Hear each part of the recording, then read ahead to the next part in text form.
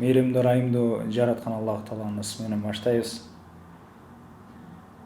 Бизден өткөндө буга чейинки видеолор чыкты го.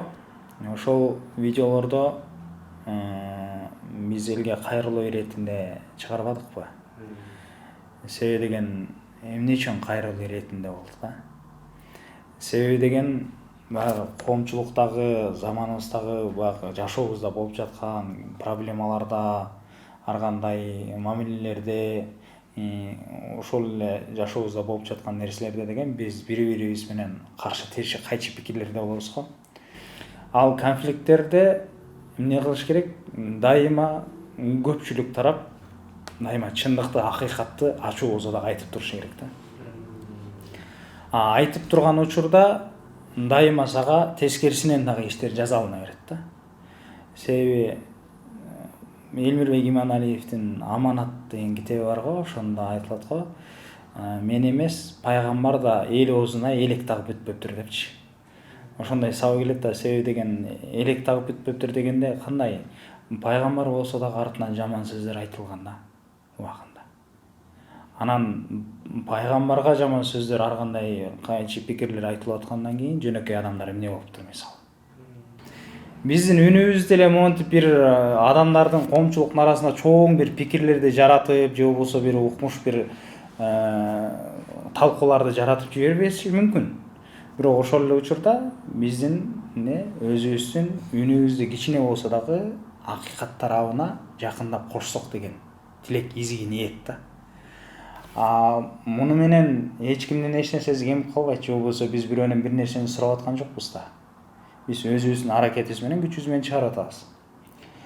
Бул жерде биз дагы Кудай Тааланын астына ниетибиз кандай болуш керек? Кудай Тааланын астына, Кудай Таала, биз жаштыгыңды кандай өткөздүң деген суроо Кудай Тааланын астына барганда бизге берилген учурда жаштыгымда жок дегенде бир коомчулукка өзүңдү көздөй бир жакшылыкка чакырып, жамандыктан кайтаруучу сөздөрдү айттык элек деген сыяктуу. Себеби деген биздин чыгарып койгон 3 мүнөттүк, 2 мүнөттүк видеобуз эч нерсени жетишпейт. Себеби биз күнүгө деген сааттап телефонду деген листать этип атпайбызбы? Ар кандай укмуш нерселерди көрөбүз.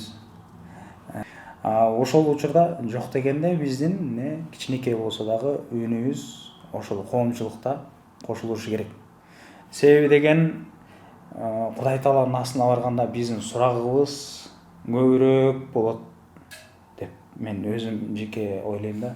Себеби деген биз балким технология мынчалык деңгээлге жете элек заманда адам бир жашоосунда бир нече этаптардан өтүп, маалыматты алса, саналуу маалыматтарды алып, анан көпчүлүк учурда азыраак нерселерге жетишкен деп ойлойм да, бизге карагандачы.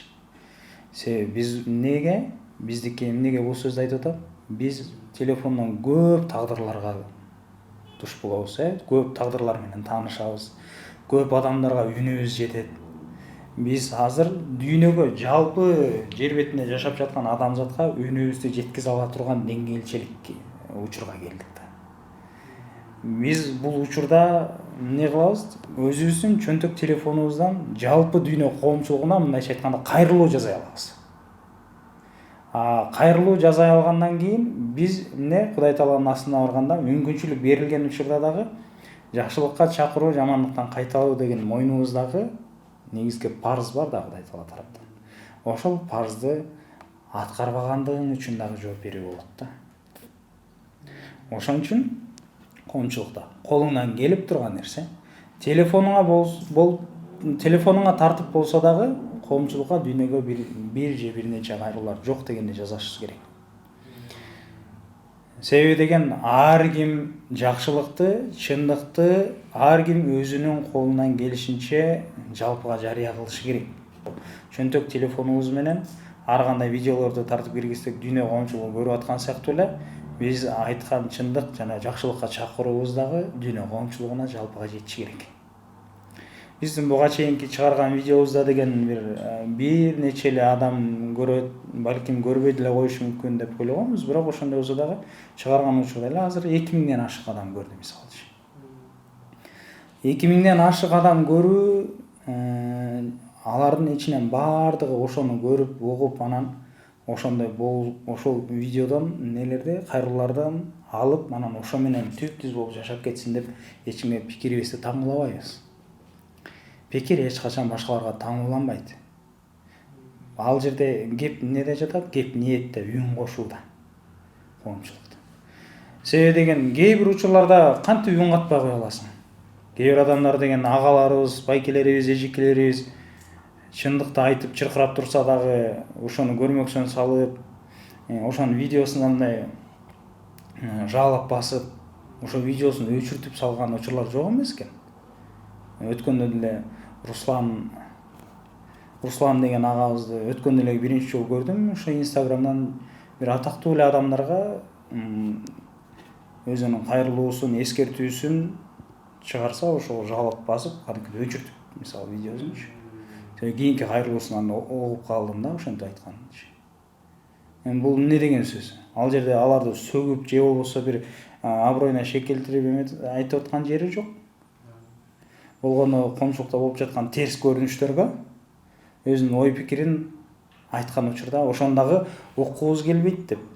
Нух пайгамбардын учурунда адамдарга деген адамдар жакшылыкка чакыра турган болсо адамдар кулактарын жаап, көздөрүн жумуп, көрмөксөн болуп, укпай адамдар ушундай тескери жакка качыш экен да.